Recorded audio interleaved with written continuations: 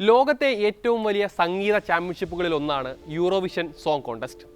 European broadcasting union അഥവാ EBUവിന് കീഴിൽ എല്ലാ വർഷവും മെയ് മാസം വലിയ ആഘോഷത്തോടെ നടക്കുന്ന വലിയ സംഗീത മാമാങ്കമാണത്.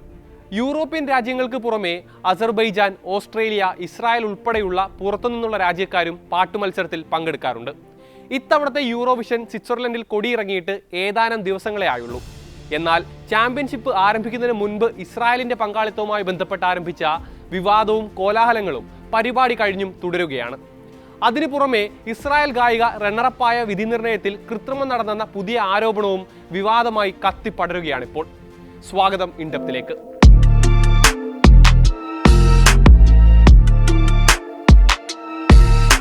ഇസ്രായേലി സൈന്യം ഗസയിൽ ആക്രമണം കടുപ്പിക്കുന്നതിനിടെയായിരുന്നു യൂറോവിഷനിൽ ഇസ്രായേലിനെ മത്സരിക്കാൻ അനുവദിക്കരുത് എന്ന് അംഗരാജ്യങ്ങളിൽ നിന്നെല്ലാം വലിയ മുറവിളികൾ ഉയർന്നത്.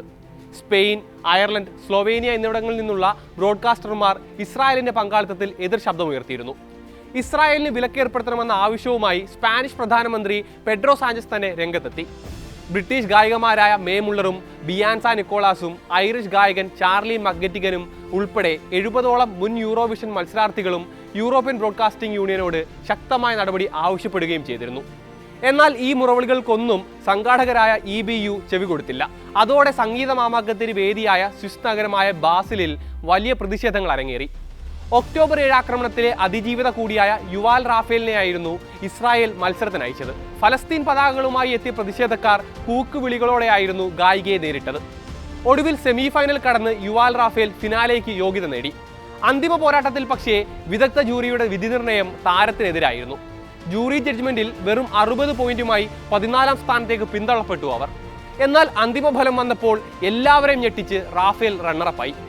ചാമ്പ്യനായ ഓസ്ട്രിയയുടെ ജോഹന്ന സ്പീച്ച് എന്ന JJക്ക് 436 പോയിന്റ് ലഭിച്ചപ്പോൾ 357 പോയിന്റുമായാണ് ഇസ്രായേൽ ഗായിക 2ാം സ്ഥാനത്തെത്തിയത്. അവസാന നിമിഷം പ്രേക്ഷക വോട്ടിങ്ങിലൂടെ 2ാം സ്ഥാനം പിടിച്ചെടുത്ത ഇസ്രായേലിന്റെ സർപ്രൈസ് നീക്കത്തിലാണിപ്പോൾ മറ്റ് അംഗരാജ്യങ്ങളും താരങ്ങളുമെല്ലാം സംശയവുമായി രംഗത്തെത്തിയിരിക്കുന്നത്.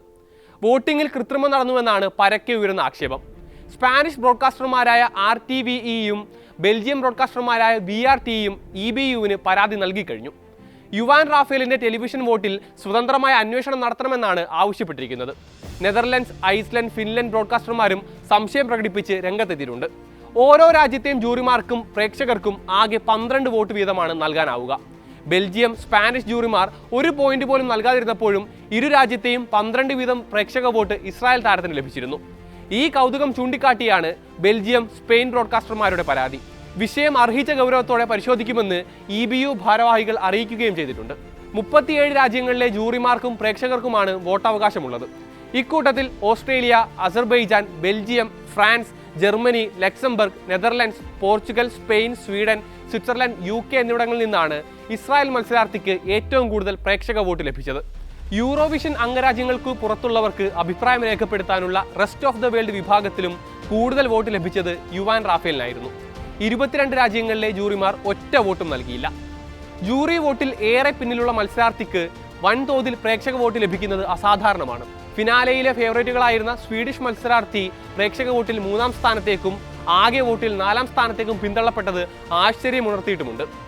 3ാം സ്ഥാനം ലഭിക്കുമെന്ന് കരുതപ്പെട്ടിരുന്ന ഫ്രഞ്ച് മത്സരാർത്ഥി മൊത്തം വോട്ടിൽ 7ാം സ്ഥാനത്തുമാണ് ഫിനിഷ് ചെയ്തത്.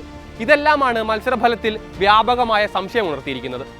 യൂറോവിഷൻ വോട്ടിങ്ങിൽ പൊരുത്തക്കേടുകളുണ്ടെന്ന് ഇസ്രായേൽ മാധ്യമങ്ങളും സമ്മതിക്കുന്നുണ്ട്.